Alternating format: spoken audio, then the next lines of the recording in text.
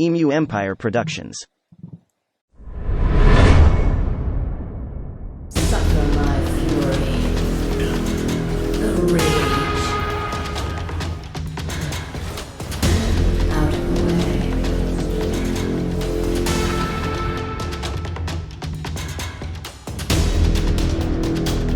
They are nothing for me. What makes Shyvana cool is that she has many builds she can play, but this one's going to focus on AP Burst. Everything's focusing on ability power, cooldown reduction, and ability to stick.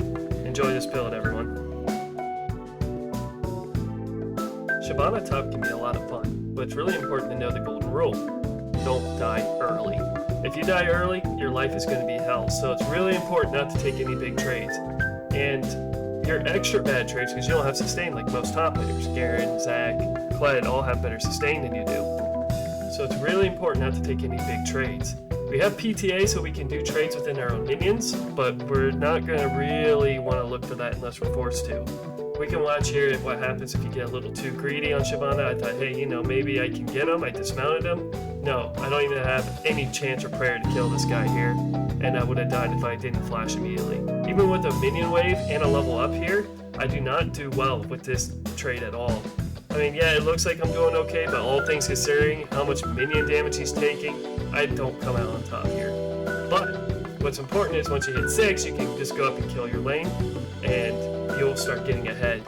Anytime they ever try to fight you, heads up, it's just not going to go well for them. It's almost a guarantee they have to flash or die. It's, as you can see here, he has to flash or he's doomed. If I would have hit him with that E right there, he would have been evaporated and feeding. Unfortunately, this man was stupid and stayed around anyways, but that's kind of the power of Shyvana. Or you can even tower dive them, even if they're durable, such as Zac. Shyvana's mid-game is her bread and butter. If you can't make any big plays with your rage at this point, you're not going to be able to do much for the rest of the game. Anytime that rage meter is full, you're looking for a tower dive, looking for Rift Herald, you're looking for behind-the-scenes gank at bottom lane, so that way you can get dragon control. This will help pressure and get your team some kills, and of course the free stats from Dragon is nice since Shyvana gets extra stats from that. You can do a lot of skirmishes in River because at this point you're so strong in the game you can usually handle a 2v1 mass cleave, and anyone that comes to help you should pretty much get free kills and free gold to be able to help you out later. Anytime you're not doing something with your ult, you're not doing it right with this champion. You can even go for picks, which will then give you tower pressure, or you can just beat up their laners, allowing you to have free jungle control within their jungle, giving you the opportunity for deep wards if your support is looking for the opportunity, or allows your team to tower dive like it does here. But this is what allows you to transition to your late game when you start getting massive picks like this.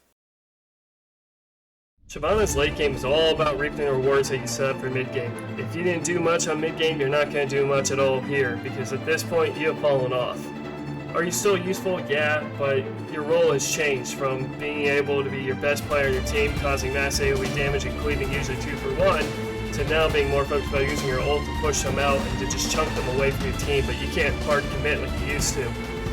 Anytime you guys are going for tower and inhib, you want to cause as much chaos as you can because you're so fast with your W with all the ability power, so you can dive in, shoot a couple shots, and then W away to keep the pressure up with your E's.